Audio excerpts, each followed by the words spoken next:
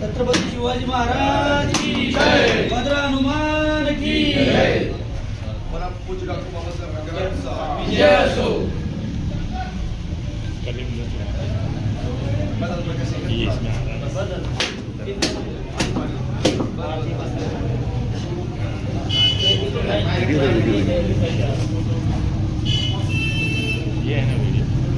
एक minute sir, ये है करीब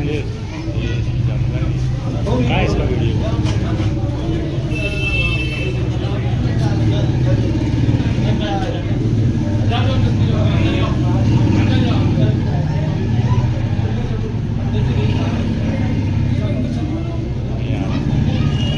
भारतीय जनता पार्टीचा विजय असो, भारतीय जनता पार्टीचा विजय असो। जय श्रीराम, जय श्रीराम।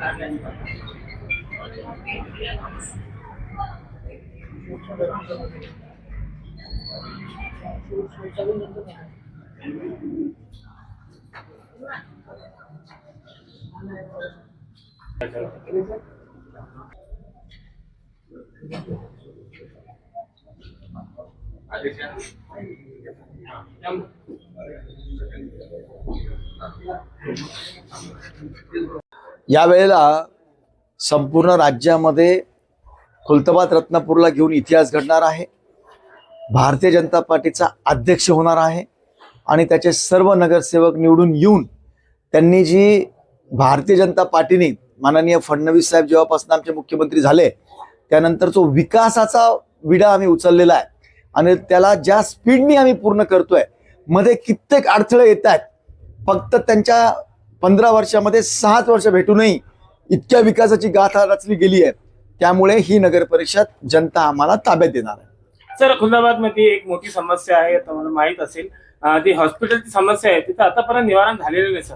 हॉस्पिटल आता मंजूर झालेलं आहे, ट्रॉमा केअर सेंटर मंजूर झालेलं आहे आणि हॉस्पिटलची समस्या तिथल्या अधिकारी कर्मचाऱ्यांपेक्षा पण म्हणजे इतर बाबतीमधली जास्त आहे, तर ती सुद्धा कमी केल्या जाईल। आणि एक सुंदर हॉस्पिटल म्हणजे हॉस्पिटलचा पेशंटचं हे नसतं, परंतु चांगलं हॉस्पिटल उभं राहील। सर, नागरिकांना काय आवाहन करणार की भारतीय जनता पक्षाचे उमेदवारालाही भरम मतांनी विजय करा? नागरिकांना मी एकच आवाहन करणार की तर तुम्ही समजून घेतलं की कुणाला मतदान केलं पाहिजे। आम्ही कोणताही भेदभाव न करता पदाला शोभेचं सगळ्यांना, सगळ्या जाती धर्माच्या, दीन दलित पडित मजूर कामगार शेतकरी सगळ्यांना, महिलांना, लाडक्या बहिणींना बरोबर घेऊन चाललोय। आम्ही सर्वांना समान तोललंय, म्हणून त्यांनी हा सगळ्या गोष्टीला समजून जर मतदान केलं तर आम्हाला सांगायची गरजच नाही। परंतु मला पूर्ण विश्वास आहे की आमच्या सगळ्या माता भगिनी, सर्व जाती पाती धर्माच्या सर्व भाऊ बहीण आम्हाला कमळ या चिन्हावरच मतदान करून अध्यक्ष आणि आमचे नगरसेवक निवडून देणार आहे। सर, अल्पसंख्याक समाजाचे नगरसेवकांना आपण भारतीय जनता पक्षाकडून तिकीट दिलेलं आहे सर? हो, किती तिकीट दिलेले? 4-5 दिलेत। ज्या ठिकाणी आपल्याला आवश्यक आहे त्या ठिकाणी दिलेले आहेत। सर्व जाती धर्मीचे दिलेले आहेत, जिथे जिथे जे जे आवश्यक आहेत ते दिलेत। आणि आम्ही जाती धर्मीच्या पण पलीकडे जाऊन आम्ही आमच्या सगळ्या मित्रांमध्ये एकोपा असतो, आम्ही सगळेजण बसतो, आम्ही ठरवतो आणि त्या पद्धतीने देतो. खरं म्हणजे आमच्या एका नगरसेवकाकरता 4 ते 8 जण एबल असतात, त्याला द्यायची आम्हाला फार इच्छा असते, परंतु द्यायचं एकलाच असतं, म्हणून बाकीच्यांची नाराजी होणं स्वाभाविक आहे.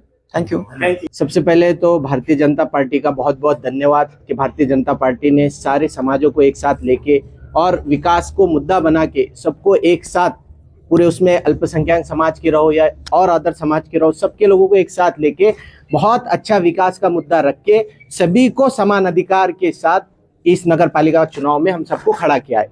अब हमारे पीछे भारतीय जनता पार्टी के पूरे कार्यकर्ता, हमारे मित्र पक्ष जो भी है, उसके अलावा गांव की पूरी जनता भारतीय जनता पार्टी के उम्मीदवारों के साथ पूरे जोश के साथ खड़ी हुई है. और दूसरी बात, हमारे जो आमदार साहब है, अपने तालुके के आमदार साहब ने इतना विकास किया है, जो दूसरे हमारे सामने वाले जो लोग हैं, जो पार्टी के लोग हैं, विपक्ष के लोग हैं, उनके काम के कंपैरिजन में और भारतीय जनता पार्टी के जो पिछले इलेक्शन के अंदर के जो नगर सेवक है, उनके काम के दोनों के बीच के अंदर का दायरा, आज हम सब ने ये निश्चय किया है कि जब हमको जनता चुन के देंगी तो हम आमदार साहब के नेतृत्व में नगर पालिका का बहुत बड़ा और बहुत अच्छे से विकास आपका करेंगे. नाम बोलिए. आप मेरा नाम है शेख अजहरुद्दीन सलीमुद्दीन और मैं प्रभाग क्रमांक 8 का उम्मीदवार हूँ.